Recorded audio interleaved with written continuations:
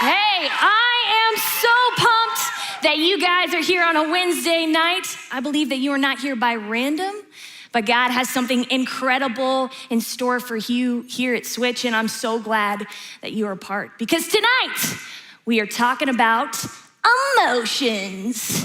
Now, before we dive in, I need to tell you a secret, and that emotions are not my favorite. I think it's because I really didn't know how to deal with them growing up. Like when I was a little kid, I was like overly emotional. Like I was that friend where if you looked at them wrong, like burst into tears. And then like I grew up and like the logic side of my brain started to kick in and I realized like that's ridiculous. But I like swung too far the other way and I like shut all my emotions down. And now as an adult, I feel like I've really hit my stride. Like I feel like I've become this emotionally mature person until the other day I was talking with a human and he started comparing me to my sister. Now, here's the thing, my sister is amazing. Like she's talented, she's fun, and I'm just stinking proud of who she is. But pro tip, gentlemen, if you want any sort of peace in your life, never compare a woman to another woman, especially if they are related. Now, he did not say anything bad. He just thought it was interesting that me and my sister have similar personalities, but we have different talents and interests. Not bad. And then he said, but you do seem more homeschooled than she does. And I swear to you, in that moment, logic shut off and every emotion in my body was like, Avengers, assemble. And I say all that to say is that when it comes to emotions, we all have some room to grow. Now, some of you like emotions, good, bad, weird. You want to feel them all. Like I have some friends who like have sad playlists for when they just want to cry for fun. I don't get that. Some of you might be like me. It's like we like all the good emotions, but the other ones, like we avoid like the plague. Like I refuse to see movies about dogs because you know exactly what is gonna happen. There's a dog, you love it, it dies, the end. Why would you do that? And some of you, just even mentioning emotions, you just have this like internal groan, like, because just the thought of talking about your feelings is so exhausting to you because you just don't want to go there. No matter how you may feel about emotions, I think we can all agree that emotions are complicated. Like there's like these intangible little things that I can't see and yet want to control my life. Like you're born and no one tells you what they are or how to understand them, but you're just supposed to know how to deal with them. I think that's why so many of us, we deal with our emotions so differently. Some of us, we spew our emotions. Whatever you feel, you do. If someone hurts you, you go talk about them behind their back. If you're angry, you go looking for someone to pick a fight. If you're feeling unseen or insecure, you start exaggerating or making up stories just to get attention. If you think it'll make you feel good, you try it, you do it, you give into it. Anything to feel good. Some of us, we shut our emotions down. Some of you, the minute you start to feel something uncomfortable, you just numb it. Binge watching, Netflix, drugs, relationships, anything to forget. Some of you, you run away from your emotions. You keep busy. You are always hanging out with friends because you are so afraid that if you are alone for just a minute, everything is gonna catch up with you. And some of you, man, you are going through something so emotionally heavy and hurtful that you don't want to feel anything anymore. And no, the painful emotions aren't getting in, but neither are the ones that make you feel alive. I heard it put this way once about emotions, like you can't let them drive. They're like toddlers. You can't let them drive, but you can't throw them in the trunk. So what are we supposed to do? How are we supposed to deal with our emotions? we process them. Now, before we process them, I think it's important to understand where our emotions actually come from. Yes, there's this psychological element, hormonal, all these things, but at the heart of everything, God created emotions. He specifically designed you to have emotions, not to jack up your life and not to overwhelm you, but so that you could have a rich and a full life. They're from him. And you can see that in Jesus. Like, who is Jesus? Jesus is God's son, fully God and fully man, perfect and without sin, and yet full of emotions. He was ecstatic when someone had faith. He was enraged when people abused God's house. He wept with friends who were grieving. He was disgusted by religious hypocrites. He had compassion with those who were hurting. And he loved us to the point of laying down his life. Jesus knew how to process his emotions, even the painful ones. You can look at that when you see the night before Jesus died. He's in the garden and he's praying. And he is so overcome and distraught to the point that he is sweating blood because he knows exactly what is about to happen to him. That is the depth of emotion that Jesus is feeling. But what does he do with it? He doesn't take it out on other people. He doesn't shut him down. But in his emotions, feeling everything, he starts processing it and he brings it to God. He starts telling God, this is what I'm feeling. This is why. God, if there is any other way that you can make this happen, please let that happen. But he also doesn't let his emotions overcome him.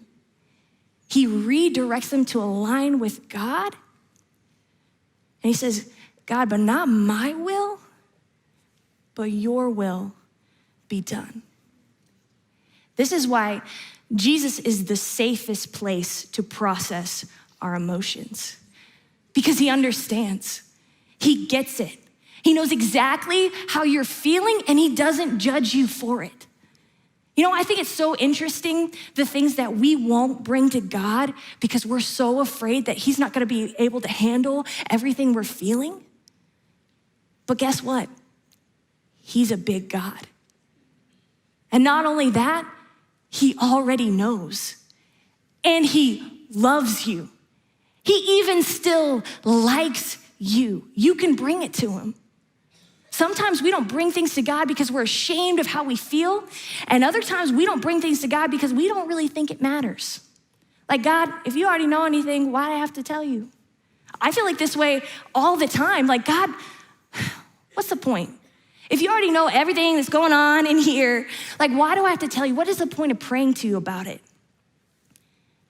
And then I started thinking about my friends, how I can know a friend is going through a hard time, and I can know everything that they're dealing with and how they're feeling, but it's different when they tell me, when they trust me enough to let me into what is going on in their life. It's a deeper level of friendship. And when they don't bring it to me, not only does it hurt them because I know they are going through something alone and that they're holding on to it, but it hurts our friendship because it's like, man, you can't trust me with this.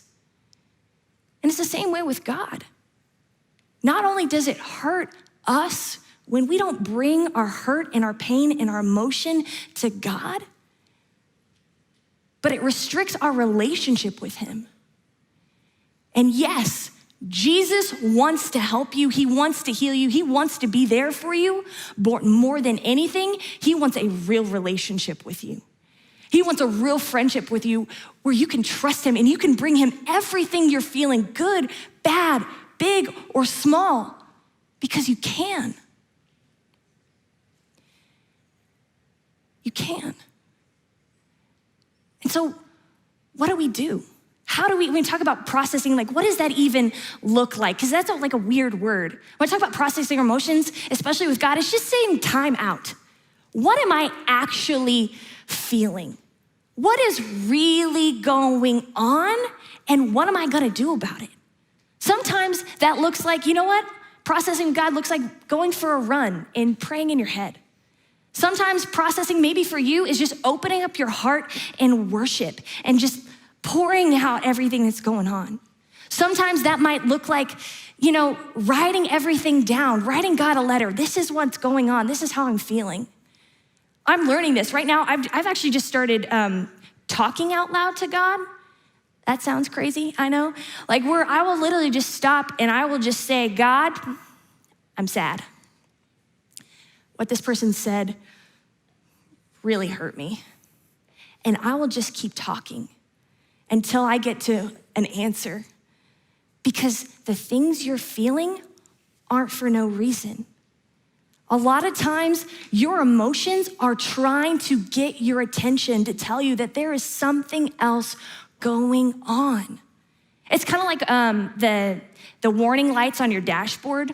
Maybe for some of you, you drive and you see your dashboard, or maybe you've watched and looked at your mom driving, maybe to catch her speeding, and you've seen it. And what do these lights do? See, these lights come on when there's something not right in your car and you need to fix it. Now, here's the thing about these lights. I can ignore them. I can pretend they're not real and hope they go away, but eventually something is going to break. And how much damage there is, how much it's gonna cost me, is all depending on how quickly I acknowledge that problem and I deal with it. And it's the same things for your emotions. And because sometimes it's little things. Sometimes it's not like the end of the world. Like if my gas light comes on, it means I need to get gas. My car will stop working if I don't. If I snap at someone on 4 p.m. on a Thursday, usually it means I'm hangry and I just need a snack. But sometimes your emotions are trying to tell you that there is something deeper going on, something that you may not even know is there. So back to my story at the beginning. Here I am, Marvel level intensity, my emotions. And in my mind, I am ripping this dude to shreds. He is this small, he does not stand a chance, because I've at least matured enough not to let it out of my mouth. But then it's hours later, and it is still bothering me. Like, still bothering me. And so bad to the point where I just finally had to stop and say, God, what is going on? Because this comment that wasn't even meant to hurt me, like this shouldn't affect me like it is. Why is this bothering me? What is happening? And so I just started to process. I just started to talk about it. And through talking about it and just processing with God and just figuring out what I actually really feel and why, I figured out what it was. You see, my whole life, my greatest insecurity is that I am awkward and hard for other people to connect with. And what that comment did, it felt like a confirmation of every fear I've ever had about it. Like, see, other people know you're awkward too. It's not just in your head.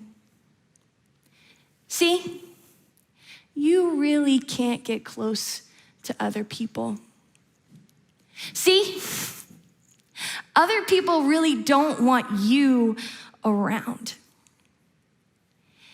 The thing was, that hasn't come up in a while, and I thought I was done with it. But what my emotions were showing me and telling me is that I still had things that I needed God's help to deal with. So my question for you is, what are you not dealing with? Because we all have things we need to deal with. Maybe it's an insecurity that you have going on. Maybe it's hurt that someone else has done to you. Maybe it's guilt over something that you've done. Maybe it's pride that's taking up way too much space in your heart. Because here's the things that we don't deal with don't go away. We just take them into adulthood. But if you will take the time to deal with these things now, asking God and others for help, you get to leave it here. Now, you might be wondering, saying to yourself, you know what, Allison, that sounds really good. But it also sounds like getting real about things I don't want to get real about. Yeah. That sounds like putting in some time. Yes. That sounds like asking for help and being open to God. Yes.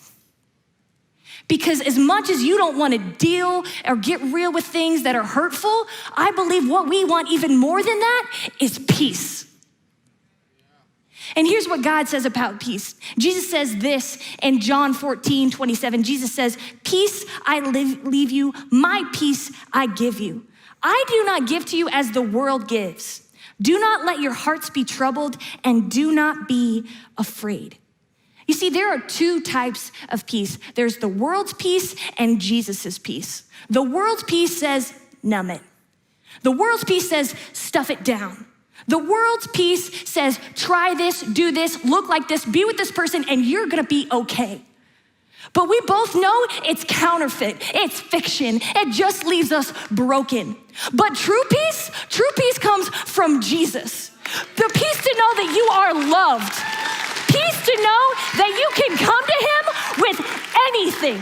The peace to know that he's gonna be with you in the storm. You see, when you have this kind of peace, things that should make you upset, moments in your life where you should be falling apart, you're not. Because you have the peace to know, I'm gonna be okay. Not only does Jesus, the safest place to process our emotions, but he gives us the strength and peace to deal with what's on the other side of our emotions. And all we have to do is come to him.